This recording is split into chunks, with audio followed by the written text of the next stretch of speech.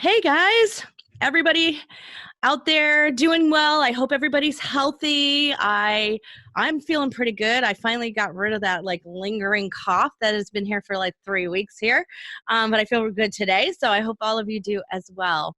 I have been getting lots of messages from you. We have been inundated with emails and questions and things. And I think they're starting to circulate around this particular subject. And the subject I got going on is that a lot of you need some assistance, right? A lot of you need to have virtual assistant help. A lot of you need to grow that side of your business. We're here to produce your podcast. We're not your social media help. We're not, we don't do all the things. We also can't always find podcasts for you unless they're within the realm of the people we know. So there's so many things you could be using an assistant for to help you grow your show. It's one of the success factors I hear again and again on the binge factor when I interview successful podcasters. They are using outsources to help them with various mundane parts, things that are repetitive, things that are research, things that are searching for things out there, helping them back them up to do that, things that are posting. There's so many different aspects to it, but the most important thing that I have learned from outsourcing, and we grew from outsourcing into a team of almost 60 now. Wow. So, and learning the success factors for that have been that it's really important to be in control. You're the boss. And so Nathan Hirsch knows that better than anyone. That's why I invited him on to talk about it, not me, so that we could talk about this subject today, because he is an absolute expert in this. And so when I first met Nate, he owned FreeUp. He had just started it about a year earlier or something like that, or maybe even 9 months earlier. I met him pretty early on, and he had started it, and it was doing virtual assistants, and the predominant part, because he had come out of that world, was e-commerce. So he understood how to support Amazon sellers who had lots of research and lots of tasks they needed to accomplish too, right? Repetitive things that they needed to do each week, things that they needed to keep on top of.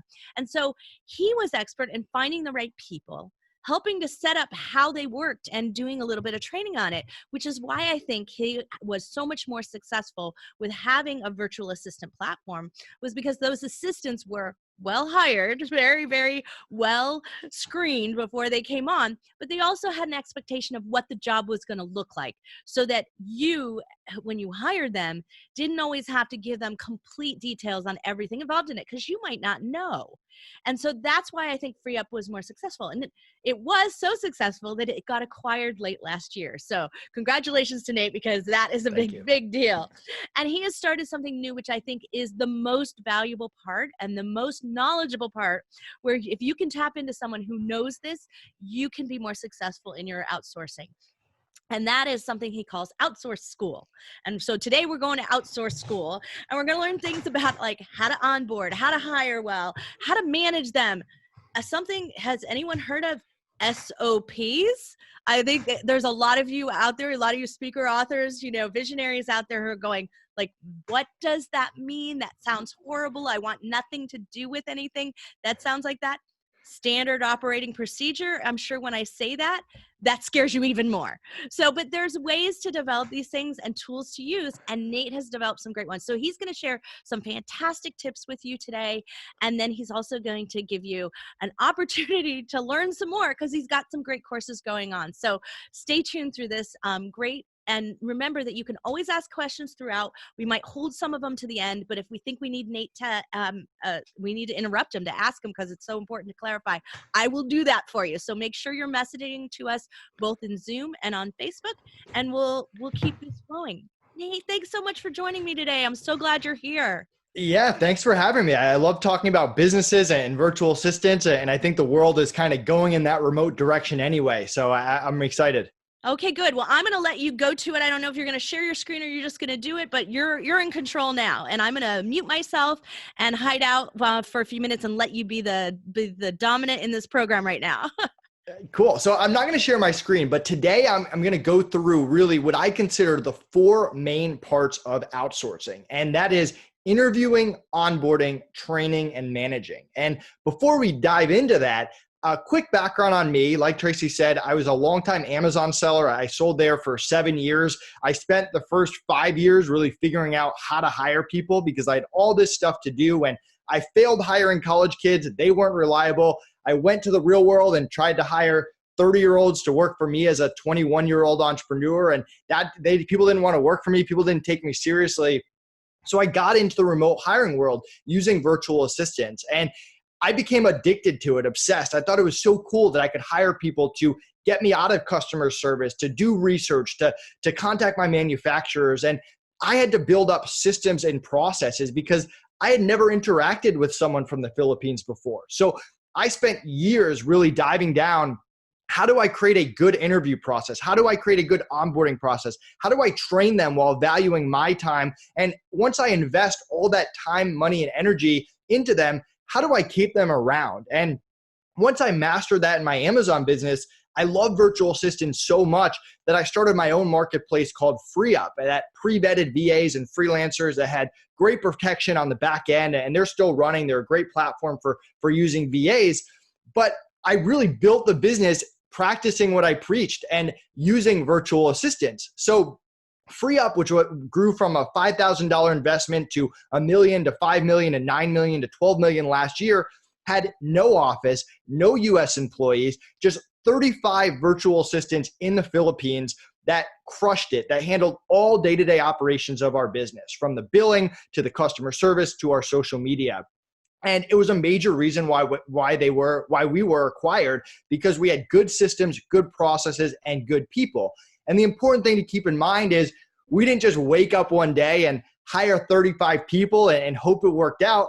Like I said, we had those systems and processes for each step of that process. So the important thing to remember here is anyone can use virtual assistants. Anyone can hire and have success using virtual assistants. It comes down to focusing on what you can control. There's going to be so many things out there that you can't control, from personal issues to someone offering your VA more money, whatever it is.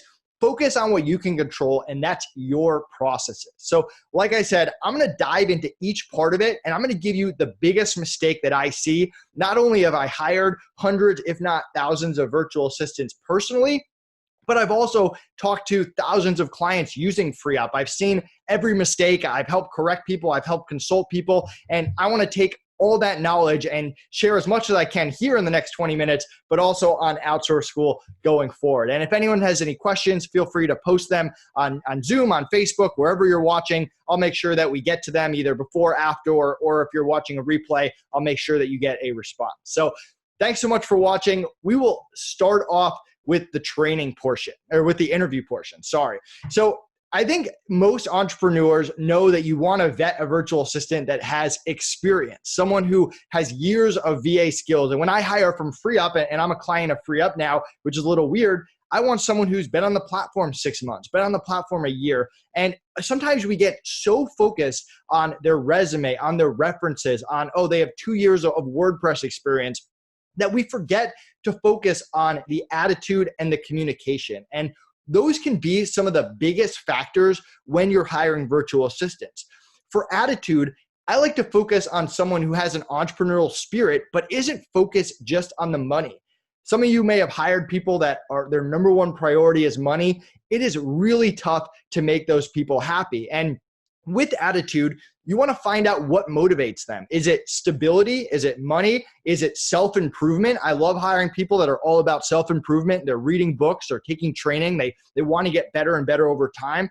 Do they want to be part of something great? We all have big visions of what we want our company to be. Are they someone that wants to be a part of it? Or is this just a side job, just a moneymaker for them? And how do they handle situations that don't go well? It's very easy to work with someone when everything is going great, but there could be internal drama. There could be dealing with a pissed off client. We've all had one of those. How do they handle that?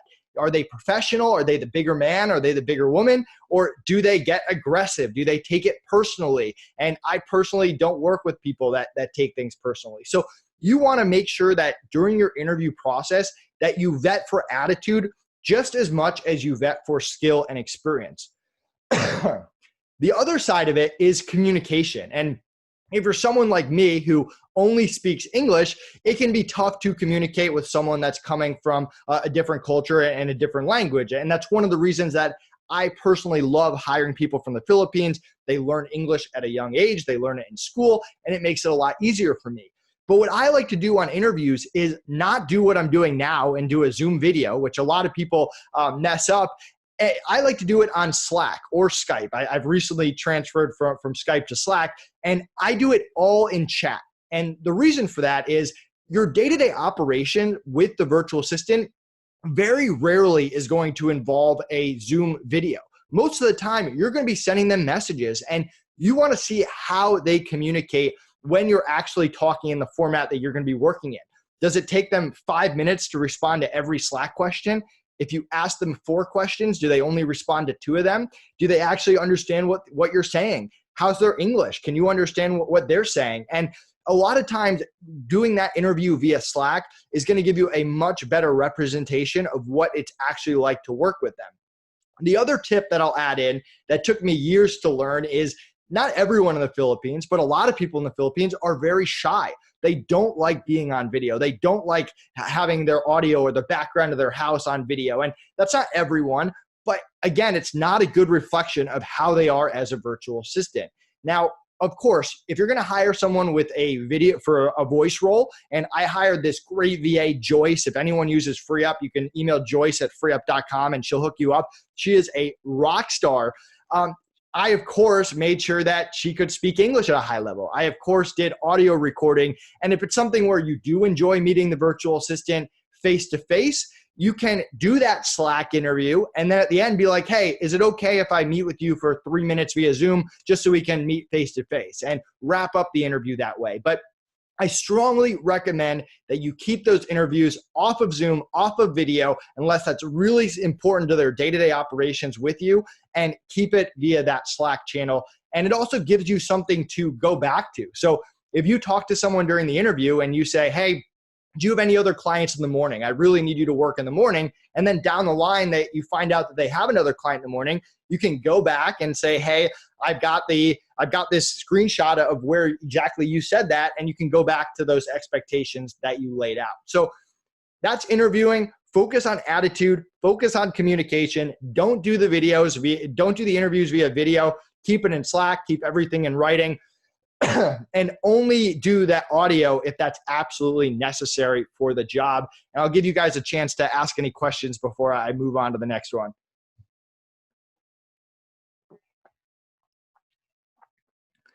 Cool. I will keep going. So onboarding is the next one. And I think most entrepreneurs know that you need to interview a virtual assistant. Most entrepreneurs know that you need to train a virtual assistant. And most entrepreneurs within reason know that you have to manage a virtual assistant. But where everyone messes up is the onboarding. And if you take anything from this recording today, it is you need to onboard the virtual assistants. Let me give you an example. I interviewed 3 virtual assistants.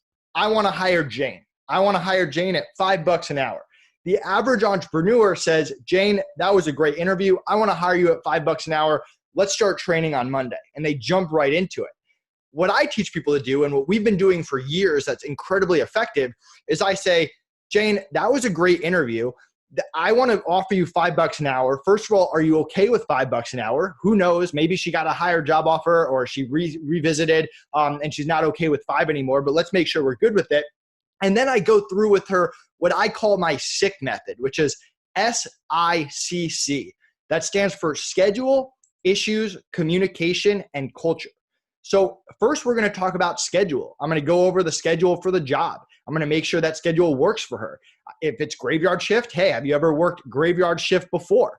Then I'm going to find out what other clients does she have? What times are those clients? How many hours is she working total? Is she working 100 hours a week and I'm her 110 hours? Or am I her only client? Is there any overlap that I need to be aware of that I can adjust or decide that it's not a fit? And then what outside commitments does she have that are at a certain time? If she has a commitment every Sunday, then I need to know that up front, because if I eventually need her for the weekends, I'm not going to have her on Sunday. So getting full information about the schedule and understanding is incredibly important, and making sure that they're really good for the schedule. And what's cool is a lot of times if you're doing it via Slack, if you're like, hey, I need you 9 to 5 Eastern time, and they're not all about it, and they've never worked overnight before. I know me personally, if I had to work 9 p.m. to 5 a.m. every day, that wouldn't be okay. That might come out at the beginning when you're going through schedule, and you can realize that's not a fit.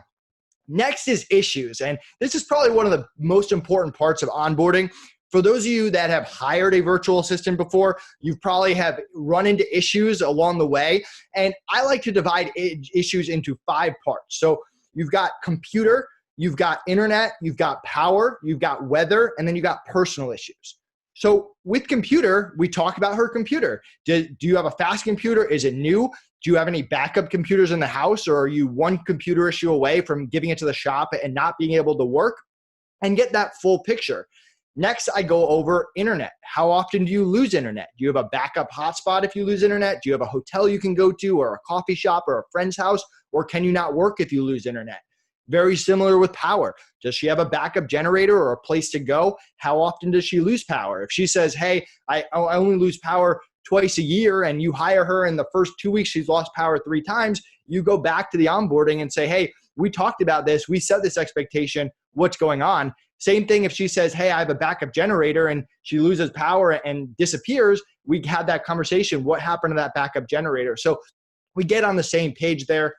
4th is weather, and weather's not in their control, but I want to know, do they live in a city? Do they live in the rural area? How much is weather a factor? It's usually a lot less of a factor in the bigger cities in the Philippines, or depending on where you're hiring from. But I want to know that, because that's going to impact, it could impact maybe not whether I hire them or not, which it could, but maybe I don't give them a very time-sensitive role if weather's a really big factor, because maybe I give them more of a flexible role where if they lose power or something because of the weather, they can go and do the work later and it doesn't really matter, rather than a 9 to 5 customer service rep where if they disappear because of the weather, there's not much I can do and emails are flying in. And then lastly is personal issues. I like to set the expectation that I don't work with virtual assistants that are one personal issue away from not being able to work for an extended period of time. That means that if they have kids that are around when they're working, someone else has to be able to watch the kids. That means that if they have a personal issue, I'm nice, I'm reasonable, I'll give them the day off to handle it, but I'm expecting them to come back within a day or two. And I like to really lay out that expectation there, and also ask them if there's anything they can think of that would come into play personal-wise that would affect work. And just by laying that expectation, you're going to greatly reduce the chances of having issues down the line. So we talked about schedule, we talked about issues. Next is communication, because the way that I communicate with the virtual assistant is a lot different than the way that Tracy or another client might communicate with a virtual assistant. I personally like to break it down between 3 communication channels. I have Slack, I have email, and I have Viber. So, and I use each channel differently. So, excuse me. So for Slack, that's day to day. They need to be on Slack when they're working. They need to send a message when they start, message when they stop. They need to give us updates there. We have our meetings via Slack. They need to ask questions via Slack. That's day to day. But if there's an emergency on a Friday night, I'm not going to be on Slack. They can't send me a Slack message because of it. If it's an emergency, that's not the right communication channel. Then I talk about email. They have to respond within a business day at all times via email or the next time they work. So again, if it's 8 o'clock on a Friday, don't send me an email if it's something important. You would Viber me. And that's what that Viber is for. That's an emergency communication. And just like they should Viber me if it's a Saturday and something breaks, they shouldn't Viber me if it's not important. They should send me a Slack or an email that I can respond to on Monday. So figuring out what what communication channels you want to use and what each channel is for is incredibly important. And you want to lay that out, and you also want to correct them if they're using the channels not correctly. And then another tip on Viber is I make it a policy that they have to have Viber on their phones at all times. So if there is an emergency and they're not going to check their email and they're not going to check their Slack until Monday, and I send them a Viber message and I get a kickback saying they no longer have a Viber account, that's not okay. It needs to be on their phone, and they don't have to respond instantly, but within reason is key. So that's communication. And culture is whatever the culture is in your business. I like to build a culture where ideas and feedback is welcome. I don't work well with robots or people who are just like yes to everything. I also don't put up with drama. I expect you to build relationships and get along with people and act professional. So I go over what my culture is. So again, But after the interview, before the training, I'm going through my sick method, and then I'm giving them a chance to back out, because I would much rather that they back out before I start investing time, energy, and money into them than for us to figure out that we're not on the same page down the line. I only want the VA to take the role if it is a perfect fit for them going forward, because what a lot of entrepreneurs will do is they'll have kind of a vague job posting. They'll maybe mention a little bit more about their business during the interview, but the VA doesn't really know what they're getting into until the training begins. And then they're kind of like, oh, do I back out? This isn't really a fit. Spend that extra time onboarding. It's going to save you so much time, energy, and hassle down the line. So we went through interviewing, we went through onboarding. Let's talk about training. That is where the SOPs come into play. And I've got two main things with training. First, I'm going to teach you what is a good SOP. And second, I'm going to teach you how to value your time at the highest possible level, which is a key part of training. So SOP, standard operating procedure, it's how you do every part of your business. To be honest, it's one of the reasons we sold FreeUp, because if any of you want to sell a business, there is a due diligence stage where they're going to ask you how you do every single part of your business. And this went on for weeks, if not months.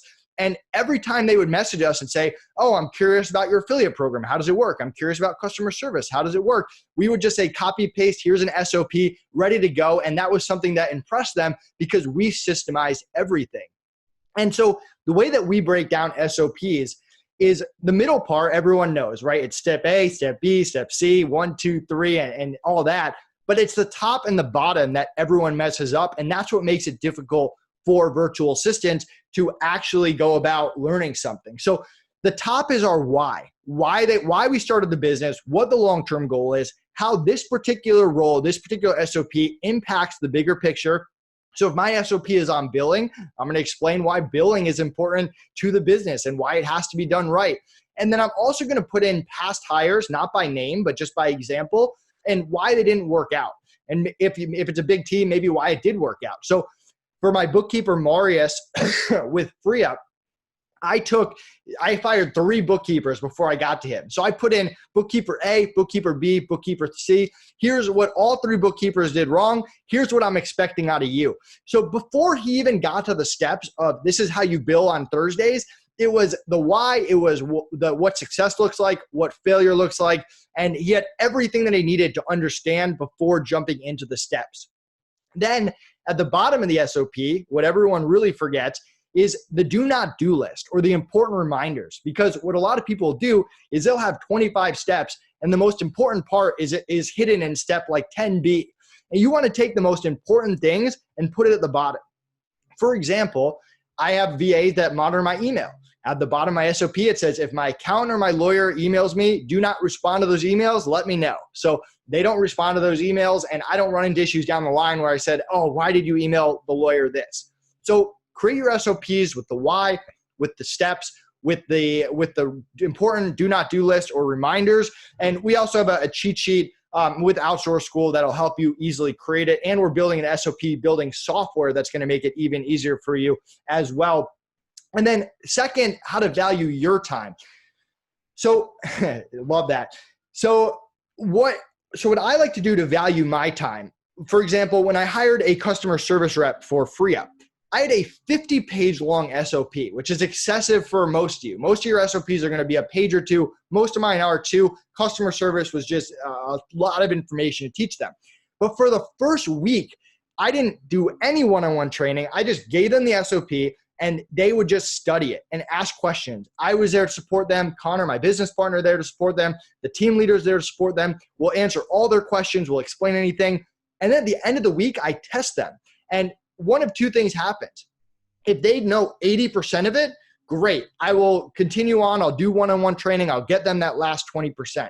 If they know 30% of it after a week of studying, I'm going to pay them for their time because I believe in that. And I'm just going to part ways with them nicely and respectfully. I'm going to find someone else. And what that allows you to do is to value your time over money. Because what a lot of people do is they'll start one-on-one training with the VA from day one, and then they get 2 weeks in with the VA, and the VA is not really getting it. But the entrepreneur thinks, oh my God, I've already invested 2 weeks. I'm not going to start all over again. That's 2 weeks I'll never get back. So they invest another week and another week. And it just puts you in a bad situation where you really need the virtual assistant to work out. This way, I could do it with 3 VAs if I wanted to, and whichever one is the best that knew it, then I invest my time. So it gives you the power to value your time as an entrepreneur. And those are my 2 tips for training. And I'll jump into management in a second. We went through interviewing, onboarding, training. I don't know if anyone has any questions before I do.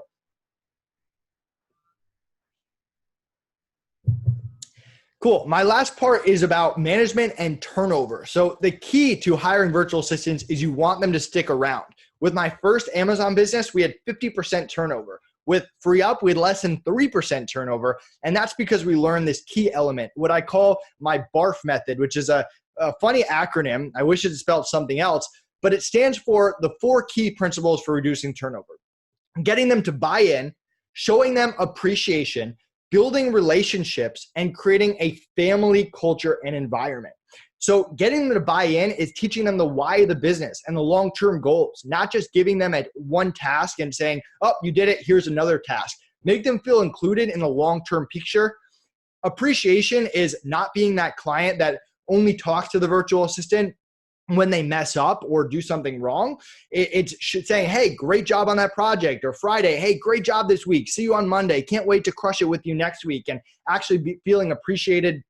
Building a relationship with the VA is connecting with them on social media, getting to know them and their family, sharing a lot about you. One of the reasons that I like hiring from the Philippines is they consume a lot of the same culture as we do, or a lot of the same media as we do. So video games, movies, books, stuff like that. And so you can get to know them on a personal level. And then lastly, the family, which is really the key. Filipinos are all about family. It's part of their culture. Build a family within your team where they really like each other, because I had so many situations, especially being the owner of FreeUp, where people tried to snatch my VAs away because they knew I was hiring the best VAs. And they didn't want to leave even with higher money because they were part of a family, and who wants to leave their family? So the key to reducing turnover is buy-in, appreciation, relationships, and family. And if you do that, you're going to see your turnover go way, way down. And one last point on that, we had these big chats with all the VAs at FreeUp, and I would always ask questions in there every day just because I love learning about people and what they actually care about. And one of my questions was, who is your favorite client? And what makes your favorite client? And in my mind, I'm thinking whoever pays the most, right? Like that's a favorite client. But that was no one's answer. Every single person to answer had to do with buying in, appreciation, relationships, or family across the board. So that is how you keep your virtual assistants around. And that's really the biggest mistakes I see with interviewing, onboarding, training, and managing. And Tracy, I'll let you jump in here. That kind of wraps up my presentation. Oh, Nate, that was so fantastic. We're getting lots of great comments. So you weren't getting a lot of questions yet, but you were getting lots of comments about how you were right on with everything. And this is what I can say, guys. I mean, look, we've done a lot of hiring here over the years, and Nate is right on about various things that you need to do, and creating a culture and making sure that they understand that culture and making sure they're a fit. I also really subscribe to the same viewpoint as Nathan, is that when somebody does some work for you, you pay them even if it didn't work out.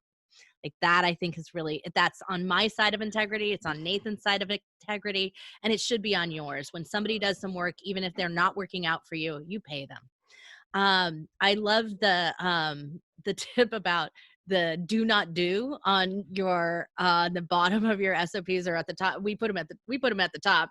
But yeah, I love that because it's so clear when you need to be really clear about, like, these things are critical. These things could hurt my business. And they get that. So that's the one thing you won't have. Everything else will be minor in the scope of errors. Errors are going to happen. Everybody makes mistakes. We all do it. So, but let's not make one that's fatal. Right. Exactly. So Nathan, I have 2 questions for you. One is, what have you seen in terms of, what's going on COVID-19 worldwide? What have you seen in terms of like having a backup plan, and what are your recommendations around that?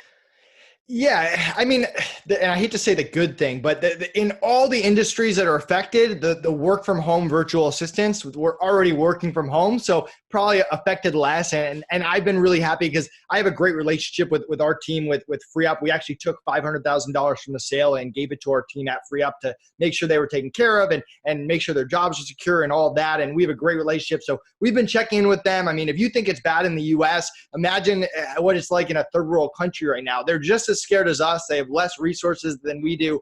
And I think there's definitely, they can't walk out their door without getting their IDs checked and their temperature checked. So that's what's going on with my team as well, is that they're under a much more severe lockdown. And luckily they did it earlier. So actually everyone's been healthy so far on our team. I hope that's the same case on yours. same. I actually was about to hire a VA and her mom potentially got sick. I have no idea if she got the virus or not, but that was the closest that I've seen with the virtual assistant. But yeah, I mean, it's scary times. There's definitely businesses that are struggling, which of course doesn't help the VAs now. And I was talking to Mark who bought FreeUp. He's a great entrepreneur and he's staying positive. And he had the line where every entrepreneur can do well when things are going great. It's the entrepreneurs that survive when things are when things are going crazy. And I think both FreeUp and Outsource School are set up well after this. I think the world was already going in the remote direction, and this kind of just accelerates that process. I agree. So I think the VA industry will be okay long term. Who knows what will happen short term? But now is the best time to hire A players. I mean, if your business is doing well, if you can afford to hire, there are so many talented people, both in the US, both in the Philippines, VAs, employees, whatever you're trying to hire, that you can hire, that you can get access to, that maybe had a job before that you couldn't. So you have to try to find the positive silver linings here and there. Well, and I think if your business can afford it, it's a great idea to hire two so that you always have backup, because once you get used to them, it's very easy to switch, because you've built the SOP, you've built all the systems that you need to switch between the two and now allow the two to back each other up. So they create a team within themselves. So if one goes on maternity leave, you've got a backup, right? So they can help themselves through their own personal issues and their own work schedules as well. So I think that's a great idea too. So Yeah. So instead of hiring like one customer service rep for 40 hours a week, hire two for 20. Like you said, they can back people up. No one works 365 days a year. If one person quits, you're not thrown back into customer service. And you don't need to go crazy and hire 5 customer service reps if you get 5 emails a day. But within reason, you should diversify and make sure that your business doesn't depend on any one person. right. So anybody have any questions out there? We're taking questions now. I think there was a lot of really great information that Nathan gave us to in a really quick, short period of time. And then if I don't hear any questions, I'm going to start questioning Nathan on all his great courses and stuff that he's got going on, because there's some cool things there. So, so let's go on with that, because I'm not seeing any. Are you seeing any on Facebook over there? Questions? You were stopped watching? You stopped watching over there, is not paying attention, or I'm just getting lots of love and helpful information. That's all I've seen on Facebook. Oh, here we go. Do you have some sample SOPs that you would share? So I can put something together for you. We have a sample SOP that's in our course, Cracking the VA Code. We haven't made just random ones that we've given out. That's a fantastic idea. We should do that. So I'm going to write that down. And if you shoot me a message afterwards, I'll try to get you a sample. Okay, so Tony, I'll make sure you can reach Nathan right in the Facebook group, so you can message him straight in there. Nathan's a member of he's a member of our Podetize family anyway, because he has a show. And so Nathan, why don't we just touch on that really quick? So your show is called Outsourcing and Scaling. So it was actually acquired. It was part of the FreeUp deal. So I'm no longer running that show. So you're not running the show. So do you have your own new show now? It's in the works. So there's a step by step. That's one of the steps a little bit further down the line. We're only like 90 days or so into this. Right. But you can listen to some of Nathan's older episodes there. So that's also a good thing, because he's got some great content there, deeper advice on various things. They go into a lot of detail there. So great show, great early episodes. So go in that. And when his new show's out, he'll post it into our group and let us know when the new show launches, so we can all follow up with him. But that would be great, Nathan. I appreciate that. So let's talk a little bit about Outsource School. What are you doing with Outsource School? What kind of courses? Yeah, so our first course is called Cracking the VA Code, and it really goes through our exact processes for interviewing, onboarding, training, and managing virtual assistants. For interviewing, not only do we give you a cheat sheet with all of our questions, we walk you through it and why these questions are important, but we pick 4 random VAs from FreeUp. We interview, we screen share with them. Some of them are good, some of them are bad. We walk you through it. Then you can go interview your VA, and we're there to support you. If they say something that you're not sure if this is good or bad, send it over to us. We'll help you. Same thing with onboarding. We walk you through our SICK method, the exact process, what we say. We take those same four VAs, we onboard them. You can then go onboard your VA. Then we walk you through training. We have our SOP builder. We walk you through our SSS method, which is a share, study, show, which I kind of briefly summarized before. And you can go out and train your VA. And then the management section has a lot of it. Not only does it have the BARF method and quick things that you can do every single day to reduce turnover, but it also dives into bonuses and raises and team leaders and assistant team leaders and how to build those out so you're not managing 20 VAs by yourself. It dives into how to handle issues. It goes into how to fire a VA and protect your business and on and on. So it's really there so you can take it and go through the process while you do it, and we'll help you through it. And it really goes into detail of every single fine-tuned process that we built. Oh my gosh, that's amazing. I love that. I put the link for it in the chat here, and Marlene will do the same thing on Facebook for you guys. So we have Cracking the VA Code. And Nathan, I think you were making everybody an offer. Yeah, so we actually have a second course too called the Podcast Outreach Formula, which applies to a lot of people in this group. So every day I wake up to a list of podcasts from my VA that are relevant to me that I can then reach out to or have my VA reach out to. And so we're going to teach people that exact process. And what we're going to do for the next 48 hours is if you buy Cracking the VA Code, which is normally $9.97, and use the coupon HAZARD30, you're going to get 30% off Cracking the VA Code, and we're going to include the Podcast Outreach Formula with it. Quick note on that, it is in pre-sale, so it's going to be actually launched next week. So if you buy today, you'll get Cracking the VA Code right away, and you'll get the second course early next week. But you're going to get both together for 30% off just one course. Wow, thank you so much for that. I'm typing it in here, so 30. And there you go. So Hazard 30 is the coupon code, and then you get the Podcast Outreach, right? Yep, Podcast Outreach Formula. That's what it's called. Okay. And you'll get that. So that's fantastic. So I love the idea, though, that you've developed something that's specifically for podcasters, because I think that this is really important, not only for podcast businesses, but for product businesses and other things, as I'm sure you found from your work in e-commerce. So reaching out to podcasters and being able to be on their shows is very valuable. Yeah, absolutely. I mean, podcast was really a huge way of how I grew FreeUp. We spent very little money on ads, and yeah, podcast is great. I mean, not only is it great to just get in front of your thousands of ideal customers, it's great for backlinks, it's great for SEO, it's great to network with great hosts who connect you to other people who can help your business in a variety of ways, and I can go on. And you don't have to go on 400 podcasts, 300 podcasts like I do, but if you're going on one podcast a week, over time, that's going to really help your brand. Yeah. And this is the thing, Nathan, that I really love about what you're doing here is that, look, you're going to spend money on a course, but this course is so detail oriented because I know Nathan, and I also know how successful he has been with what he's built.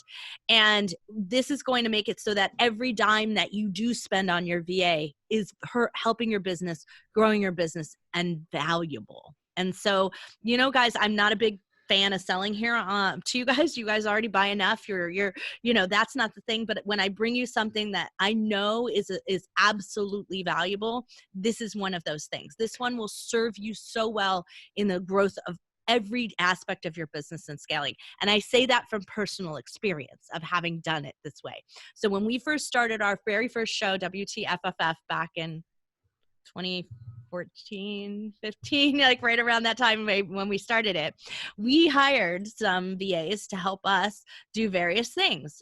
Some of it was we hired someone to help us manage our blog posts and to do some research on the guests that we were going to have on our show. Like, we had a whole bunch of different aspects of things. But all along the way, I didn't really know what I was doing managing them. So, it was a matter of they'd make mistakes or not do it. And I'd be like, okay, I guess I got to develop a formula for how this is going to work and for what we need to do.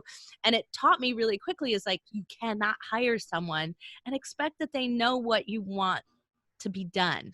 And then the other part that you can fall into, and I see it happen again and again and again, is somebody hires someone, they go out and they're a great employee and you love them because they go out there and they figure out how to do stuff that you don't know how to do. And they set their own formula and SOP about how stuff does. And then they leave you and you don't know how to do it. Right. And so your business was being held hostage by some, and its growth is now cut off. You hired really well, but you didn't stay in control. And that's the aspect that I think if you learn those two things on how to make sure to manage them and how to stay in control while you manage them, but not have to know every detail along the way, make it so that the things like your SOPs are dynamic, right? I make my team update them.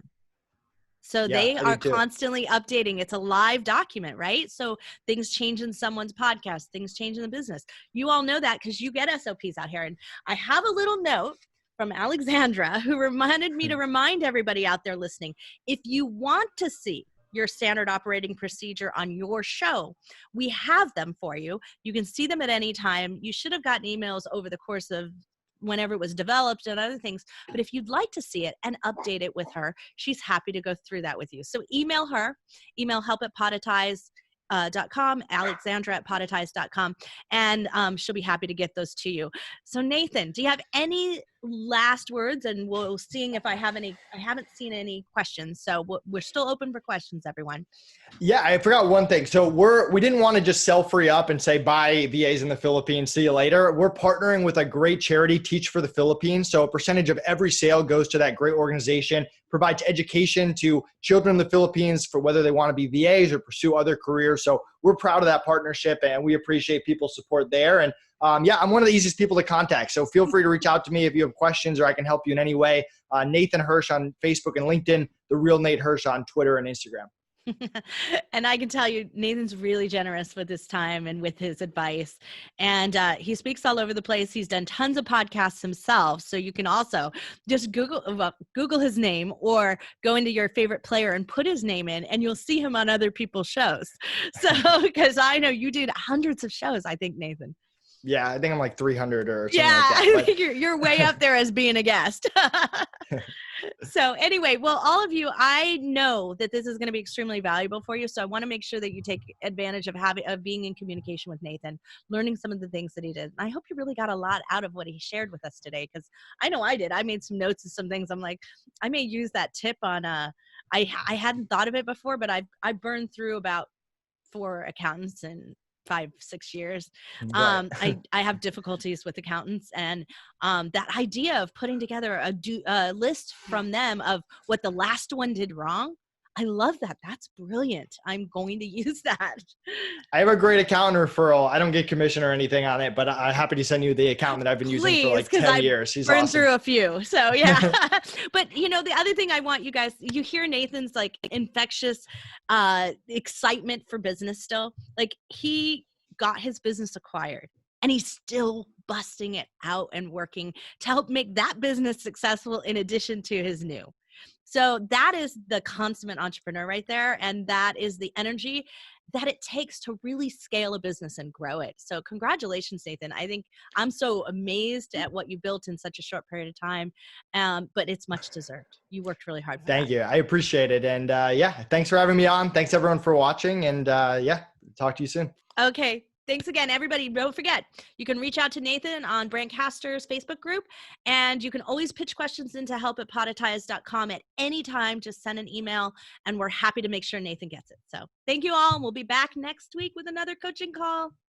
Take care.